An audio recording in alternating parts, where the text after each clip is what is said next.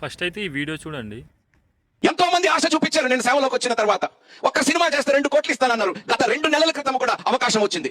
నేను అన్నాను, మీ డబ్బు ఎవరు కావాలయ్యా? నన్ను గొప్పవాడు చేయగలిగింది నా దేవుడు ఒక్కడే. మీరెవరయ్యా నాకు డబ్బులు ఇచ్చేది? మీరెవరయ్యా నన్ను గొప్పవారు చేయగలిగింది? ఆయన మిమ్మల్ని పుట్టించకపోతే మీరు ఏ పాటి వారు? మీరు ఎవరు? మరలా జనంలో ఫోన్ చేయరు వాళ్ళు నాకు. నిజంగా చెప్తున్నా, వీనైతే నేను ఒక యాక్టర్గా అనుకున్నా. ఒక 2 మూవీస్లో చూసా. మీరు కూడా చూస్తే కింద కామెంట్ చేయండి. మ్యాటర్ ఏంటంటే, ఇప్పుడు ఆయన అన్నాడు కదా, నాకు 2 crores ఆఫర్ వచ్చింది మూవీ తీ అని.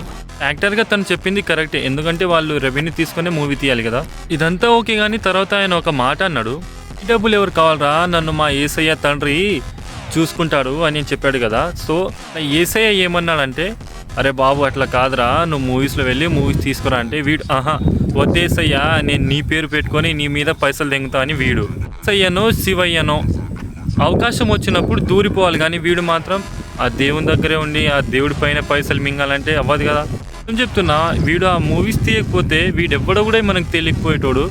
ఇప్పుడు అదే మూవీస్ తీసుకొని మీరెవర్రా అంటుండు. నాకు తెలిసి ఆ 2 crore ఆఫర్ చేసింది, ఆ కాల్ చేసింది ఏసఐనే అనుకుంటా. ఎందుకంటే ఏసఐ కాల్ చేసి, అరే బాబు అట్లా కాదురా, ఇంకెన్ని రోజులని నా మీద ఉండి పైసలు మింగుతావు, బయటికి వెళ్ళి మూవీ చేసుకోవాలంటే వీడు రిప్లై ఏమి ఇచ్చిండంటే, అలా కాదేసయ్యా, నేను కష్టపడలేను, నేను నీ పేరు పెట్టుకొని పైసలు మింగుతా, నాకు ఇలానే బాగుందని వీడు రిప్లై ఇచ్చిండేమో. దీని మీద మీ అభిప్రాయం ఏంటో కింద కామెంట్ చేయండి.